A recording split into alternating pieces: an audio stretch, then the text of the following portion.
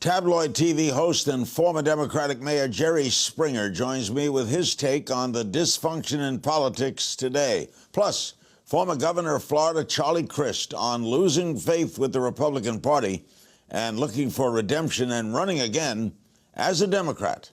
So all next on Politicking with Larry King.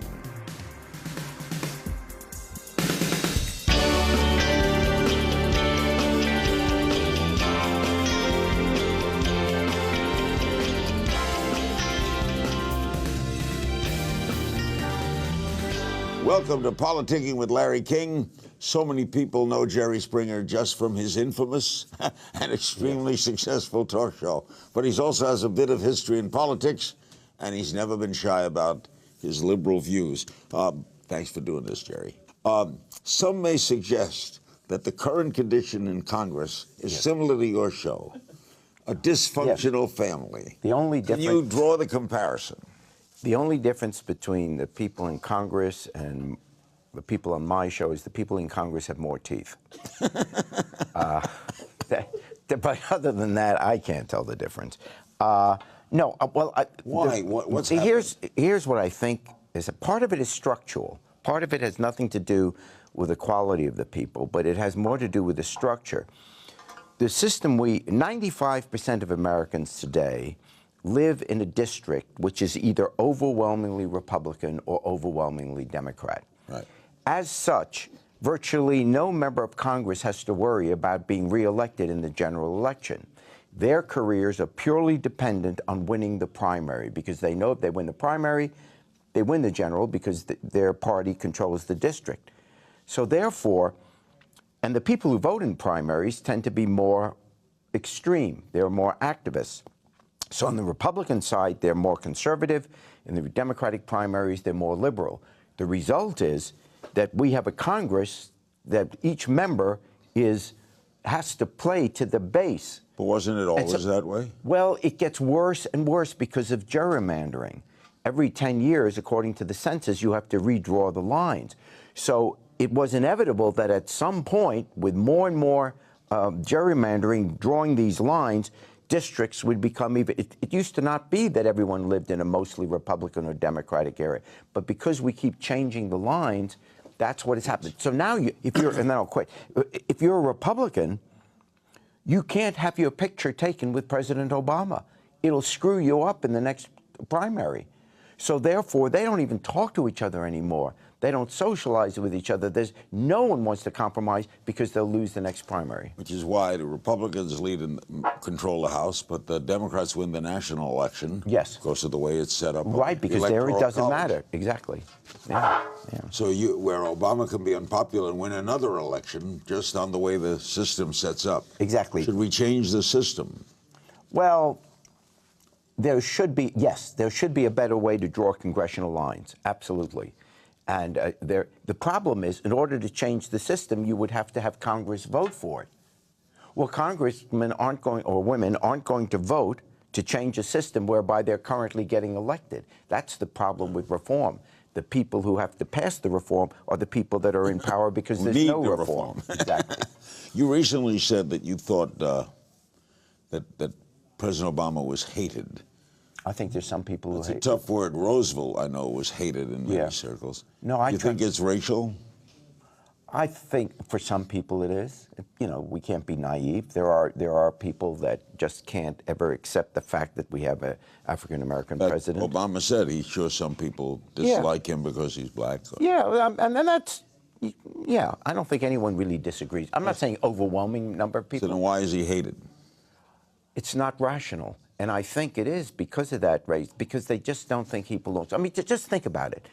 When have we ever had a president, well, he's not one of us. He's not an American citizen. He's not. I mean, all the birthers, all this stuff. There's something in the back where you just can't accept the fact, or there are people who can't accept the fact that he's our president. And it's visceral. It's not rational. Because if you think about it rationally, why would you ever hate Barack Obama? You could disagree with his policies, but is he a hateful person? He's a loving husband, a great father. He's very, very bright. He made it on his own under incredible circumstances to become president of the United States. Is there anyone among us who wouldn't want him as a son? To say, oh my God, look how proud I am of this young man. He becomes editor of the Harvard Law Review. I mean, this is the perfect resume, the nicest, warmest, you know, he's good with sports, he's got a great voice. I mean, everything you want to be as a guy growing up. Wouldn't you want to be like Barack Obama? So why do you hate him? Disagree with his policies? Say, you know, I don't know that we should go. Is this man going to go to hell because the greatest criticism against him is he tried to get health insurance for all Americans? I mean, even if you don't like the particular Affordable Health Care Act and think there's a better way to do it, why do you hate him because of it? You know, do you think God is going to say to him, you're going to hell because I heard you tried to get health care for everybody? I mean, yeah, it's a great nuts. point. So a majority of Americans disapprove of his politics, and a part of it is hatred as well, right? Well, I don't know if a majority, no, I don't think a majority of polls. Americans disapprove of his politics. I think that,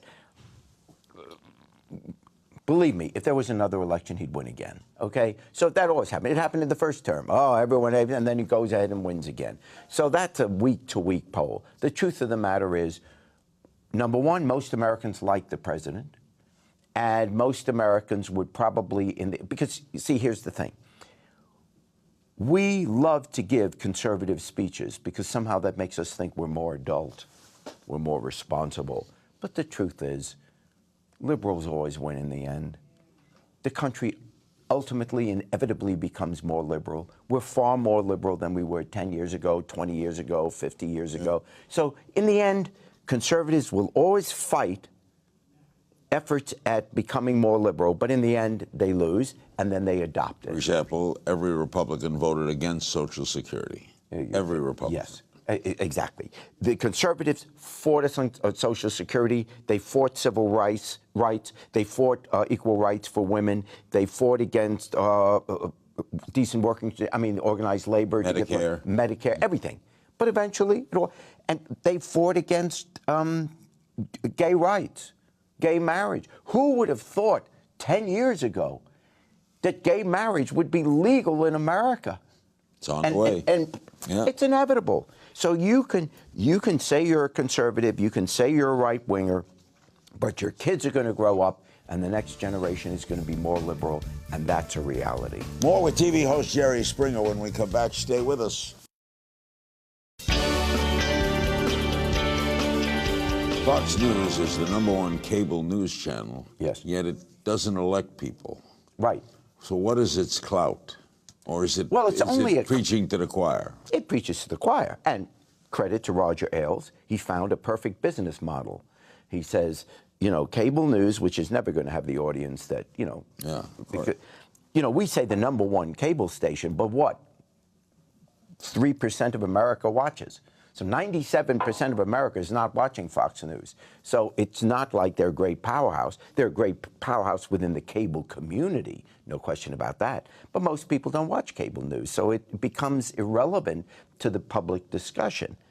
But once again, people want to think it's more impressive to say, well, I'm kind of conservative, and I can go into the richest, wealthiest, most conservative communities, and their kids are listening to the same music, watching the same television, going to the same movies, dressing the same way, smoking marijuana when their parents aren't watching. I'm telling you, debate all you want. We're far more liberal today than we were in the past. By the way, that's going to be legal. Marijuana. Well, of course. Everything liberal ultimately wins. Why? And there's a reason for it. Because human beings, by their nature, do not want to be told what to do. And they want to expand. They want to try new things. Which was, years ago, a Republican concept. They gave it up. I don't know why. Don't tell me what to do. Yeah, Right. but now all of a sudden, they want to tell you what to do in the bedroom. They want to tell you what to do with your lifestyle. They want to tell you who to marry. That's the problem. The Christie thing, where's it going to go? Well, I don't have any more information than anyone else has, outside the immediate family there. But obviously, If it were just the bridge thing in the beginning, I think he could have survived it. But as soon as it became an issue about whether they played with Sandy funds, that kind of crosses the line, because the American public, look, if he were running for president, no one in Kansas is going to worry if 2 lanes going into the tunnel, you know, in New Jersey were blocked for a couple of days. It's just not going to be a national issue. But you start messing, if he did, messing with funds when there's a national disaster and using that for political purposes, that is pretty difficult to rebound from. So I think, and one other thing, on that, he's kind of in a bind. And look, he may be innocent, but he's in a bind because the Republicans aren't coming to his defense, because all the other Republicans, they want to be president. Also, he'd have trouble getting the nomination when he goes into states like South Carolina and Georgia in the South, wouldn't he? Yes. Because he's a centrist. The way they have the primaries set up, it would be difficult for a moderate Republican to get the nomination. There's a civil war going on within the Republican Party, as there was in the Democratic Party in the 80s, with McGovern and Jesse Jackson, etc. Do you think it's Hillary's for the taking? Well, as of today, the nomination, yes, the nomination. The general election, the country's divided. Who knows? Who are the Republicans? Look, if the Republicans nominated Ted Cruz or someone like that, yeah, then Hillary wins. But if they pick a more moderate, Jeb Bush, that would be a tough race. That would be a tough race. Also, we go back to Clinton Bush again. I mean, but wouldn't a Jeb Bush-Hillary race be kind of a race on issues and probably not go into the gutter? It would. It would be. It certainly would be a cleaner race. Absolutely. But the Tea Party would stay home.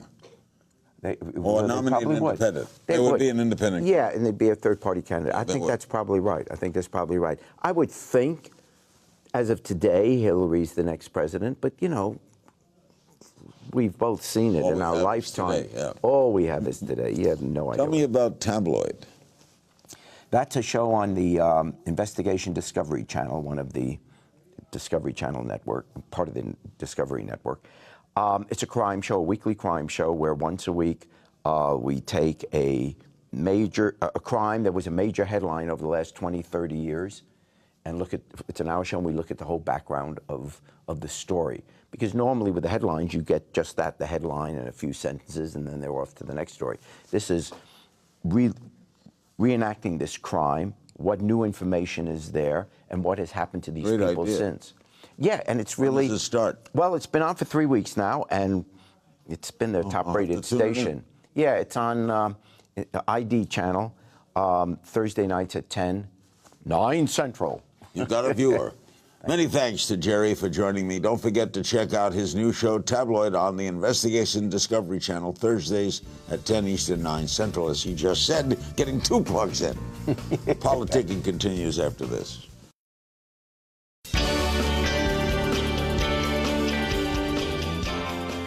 Joining me now, an old friend, the former governor of Florida, Charlie Crist, a one-time Republican turned independent turned Democrat.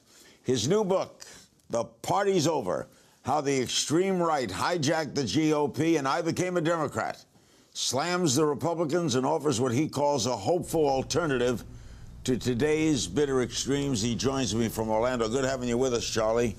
Larry, it's great to be with you. Always a pleasure. Thank you so much. Before we get into the book, you recently said that you believe the Cuban embargo has not worked and that you want it lifted. A lot of people are starting to think that way, but you once favored it. What changed your mind? Time. I mean, you know, over a period of time, you know, you let a policy have an opportunity to work, to be productive. And if that doesn't happen after a certain period of time, I think that logic and common sense tell you that you need to try something else. You know, Larry, they say the definition of insanity is continuing to do the same thing and expecting a different result. Well, I think it's time to try something different because the result that we've gotten is not working at all. And so I think it's time to move on. We need to lift the embargo and help the people of Cuba. Why do we embargo them now? What would be the answer to the embargo? Why do they defend it? Well, I think it's because of the dictatorship, and that's why I supported it in the past, to fight the dictatorship that has been so oppressive to the people of the island. and has imprisoned people unfairly and unjustifiably. That's the argument for originally having the embargo. But I think we've been over such a period of time now that the people who are really suffering are the people of Cuba.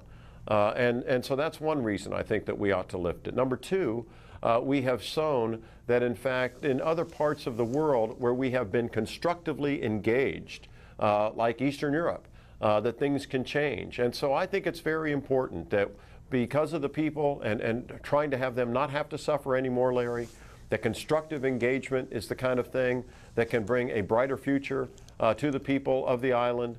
And the fact that the policy hasn't worked, number three, those three things together lead me to the conclusion that it's time to try something different, try to try something better, and do something that's more productive for the future. Let's get to the book. How the Extreme Right Hijacked the GOP and I Became a Democrat. The party's over. Why'd you write it? Well, I wrote it just to explain this journey I've been on. You know, I've been a Republican most of my life, then I became an independent, now I'm happy to be a Democrat. And the point of the book is just to lay out that journey. And it, you know, talks about a lot of interesting stories and conversations with people. I've had a unique position, Larry. I mean, to be able to be at the highest levels of government and politics on both sides of the aisle is a fairly unique place to be. And I've met a lot of good people and some people not so good. And I think it's an interesting read. I think that what has happened with the Republican Party, especially over the past 5 years or so, really is what has led me to this decision to become a Democrat. And I've never been happier politically, to be honest with you. Being a Democrat today in Florida is a wonderful thing for me and my wife, Carol. And I'm just much more comfortable there. The Republican Party, really, the leadership of the party went crazy.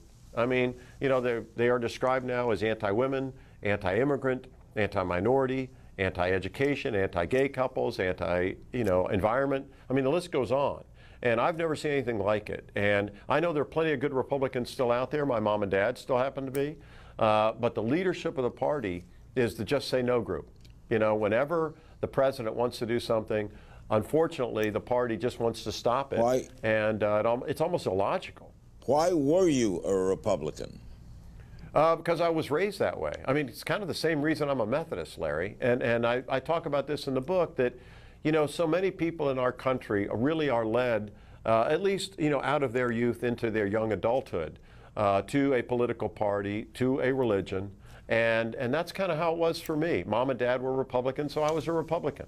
And, you know, at the time, I was very proud to be a Republican because, you know, that was a party of Abraham Lincoln, the great emancipator. I mean, the party of Teddy Roosevelt, who founded our national park system. And, you know, the environment's always been important to me. I'm a Floridian, and it's important to most Floridians, and I think most Americans, frankly.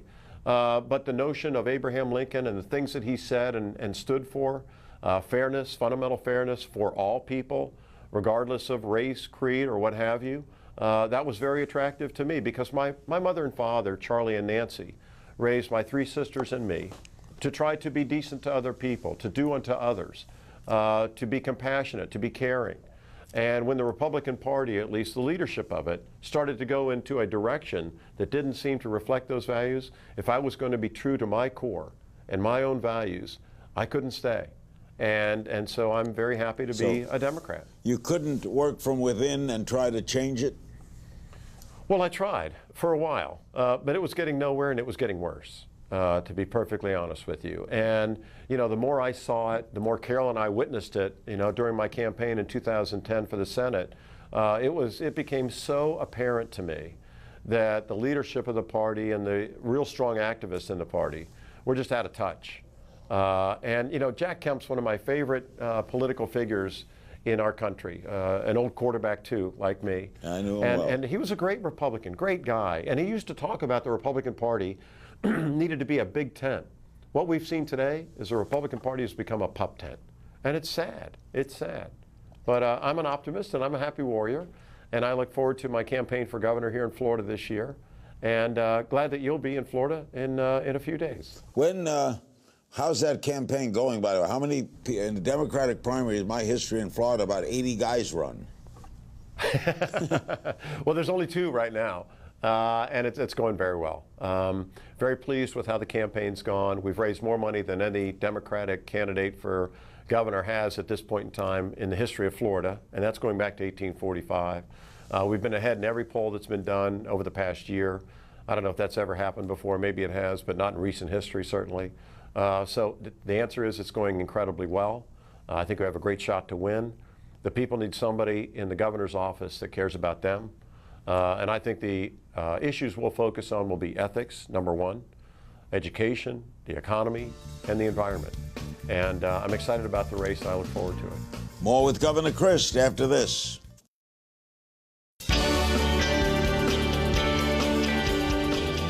How would you describe Florida politically now? Politically, Florida's purple. I mean, you know, it's about evenly divided, Republican, Independent, and Democratic. And one of the largest rising groups really are independent voters in Florida.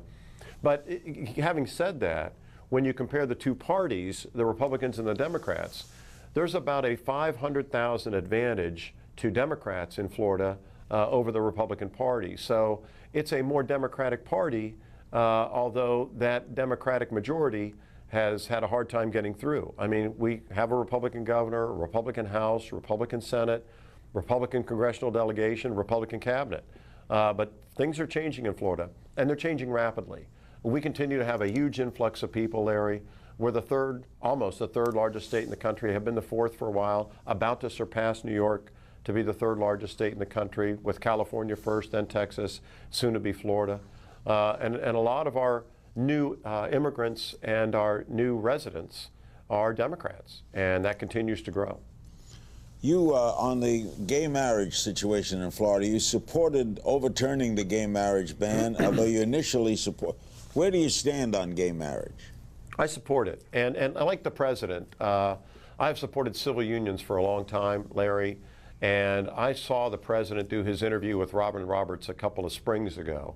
And he said, you know, that he had been giving this issue a lot of thought, a lot of consideration, and that he had come around to the view, finally, you know, who am I to tell somebody else who to love?